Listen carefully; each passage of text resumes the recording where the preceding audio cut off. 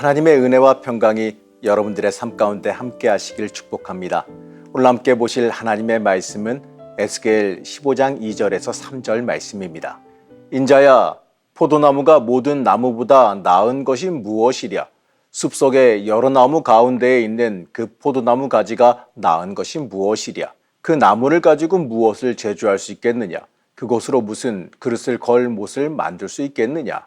오늘도 매일 말씀 묵상과 함께하는 우리 성도님들을 축복합니다. 오늘 말씀은 이 쓸모없는 포도나무의 비유가 등장합니다. 에스겔은 이 포도나무의 이 끝까지 회개할 줄을 모르는 이스라엘을 비유해서 말씀합니다. 하나님께서는 이 포도나무의 가치에 대해서 말씀하세요. 우선 이 포도나무는요, 이 목재로서는 가치가 별로 없어요. 이 단단하지 못해서 이 백향목처럼 건축재료나 이 공작물을 만들 때 사용하지도 못합니다. 그리고 더 중요한 것은 속이 비어 있어요. 그래서 그런지 하나님께서는 이 포도나무를 목재로서 가치가 없다라고 말씀하십니다. 그래서 그 포도나무는 불에 태워버리는 데나 쓸 것이다 이렇게 말씀합니다. 3절에서 4절 말씀입니다. 그 나무를 가지고 무엇을 제조할 수 있겠느냐? 그곳으로 무슨 그릇을 걸 못을 만들 수 있겠느냐? 불에 던질 땔감이 될 뿐이라. 불이 그 두 끝을 사르고 그 가운데도 태웠으면 제조에 무슨 소용이 있겠느냐? 그런데 사실은요, 화목으로 쓰기에 속이 꽉 차야 타죠. 하지만 이 포도나무는 속이 꽉 차 있지 않고 속이 비어 있습니다. 다시 말하면요, 화목으로서도 화력이 별 볼 일 없다는 거죠. 이 진짜 포도나무는 한마디로 아무 쓸데도 없는 나무에 불과합니다. 하나님은 이스라엘 민족을 여기에다가 비유하십니다. 별 필요가 없으니까 태워버리기라도 할 텐데 사실 태워버릴 가치조차도 없다라는 거예요. 처치곤란한 쓸모없는 존재라는 것을 말씀합니다. 거기다가 이 포도나무는요, 들포도나무예요. 숲속의 여러 나무 가운데 있는 그 포도나무 이렇게 말씀하십니다. 이 말은 재배되는 포도나무가 아니라 다른 나무들 사이에서 야생하는 들포도나무를 말합니다. 농부의 보살핌을 받지 못하니 당연히 볼품도 없을 것이고요. 그 열매 맺는 열매인 포도도 먹을 수가 없는 별 가치가 없는 열매가 맺혀질 겁니다. 당시 유다의 백성들이 영적으로 이 정도로 볼품이 없었다는 이야기입니다. 하나님의 관리를 받지 못하니 당연히 볼품 없어지죠.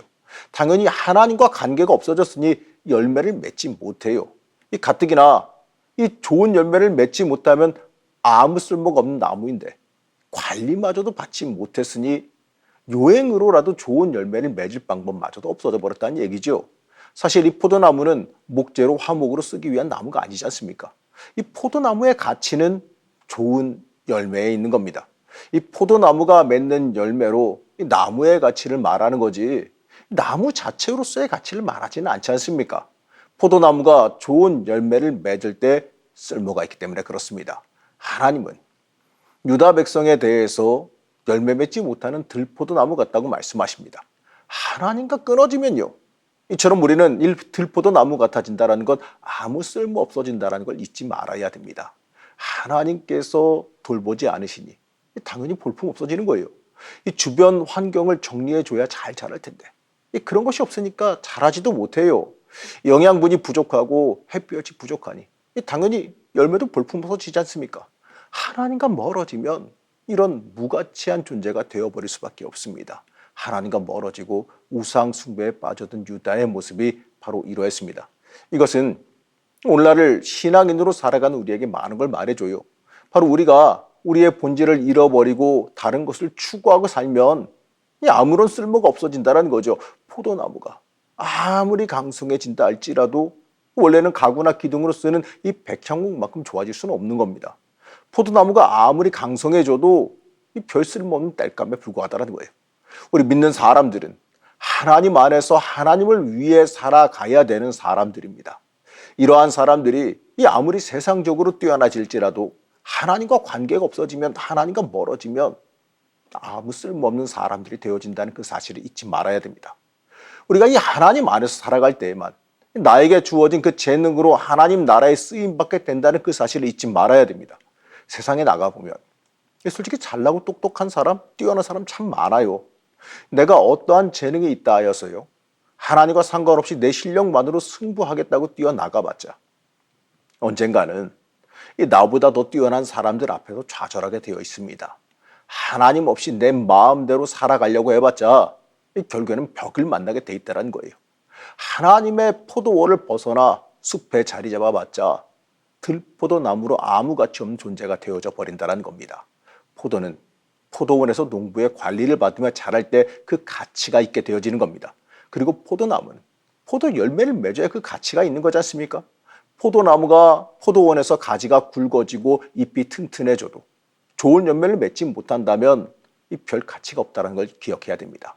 우리 예수 믿는 자들이 예수의 열매를 맺지 못한다면 다른 것들이 아무리 뛰어나다 할지라도 아무 쓸모가 없어져 버린다는 걸 잊지 말아야 됩니다.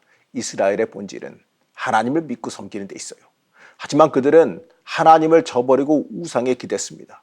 결국 자신들의 가치를 잃어버리고 아무 쓸데없는 존재가 되어버렸습니다. 우리 예수 믿는 사람들은 예수 믿는 사람의 합당한 모습을 보여줘야 됩니다. 예수님의 모습을 내 삶을 통해 그대로 보이는 것이 우리가 해야 될 이 본래의 열매, 본질적인 열매입니다. 그것이 하나님께서 우리에게 바라시는 열매예요. 이 세상적으로 높아지고 세상적으로 이 소위 말하는 복 받는 것보다 신앙적으로 말씀으로 우뚝 서는 것이 우리가 참된 신앙인의 가치로 살아가는 일입니다. 포도나무가 아무리 목재로 좋아져봤자 백향목보다 안 좋습니다. 이 자신의 본래적인 것을 벗어나 다른 것을 추구해봤자 이 자신의 본래적인 것을 찾는 것보다 못하기 마련이에요. 그리고 우리가 이 본질적인 하나님의 열매 맺음을 저버린다면 결국 불에 태워지는 지름길로 들어감을 잊지 말아야 됩니다. 우린 말씀에 의지하여서요 예수님의 뜻대로 살아가야 됩니다. 세상적으로 내가 잘나서 내 뜻대로 살아가는 것이 좋아 보일지 모르겠지만 결국 그 자신은 자신의 가치를 잃어버리게 될 겁니다. 사랑하는 성도 여러분, 예수 믿는 사람으로서 이 본래적인 열매를 맺으시기 바랍니다. 예수 믿는 사람으로서, 하나님의 사람으로서 당연히 보여야 될 모습을 보이시기 바랍니다. 그럴 때 우리는 하나님께서 진정으로 바라시는 좋은 열매를 맺는 포도나무가 될 것입니다. 하나님 안에서 하나님께서 기뻐하신 열매 맺기를 소망하시기 바랍니다. 우리를 만들어 가신 하나님, 우리가 하나님께 쓸모있는 나무가 되기를 원합니다. 하나님께서 원하시는 열매 맺는 나무가 되기를 원합니다. 우리의 인생을 붙잡아 주셔서 하나님께 쓰임받는 인생이 되게 하여 주시옵소서. 좋은 열매 맺기를 소망하며 예수님의 이름으로 기도드렸습니다. 아멘.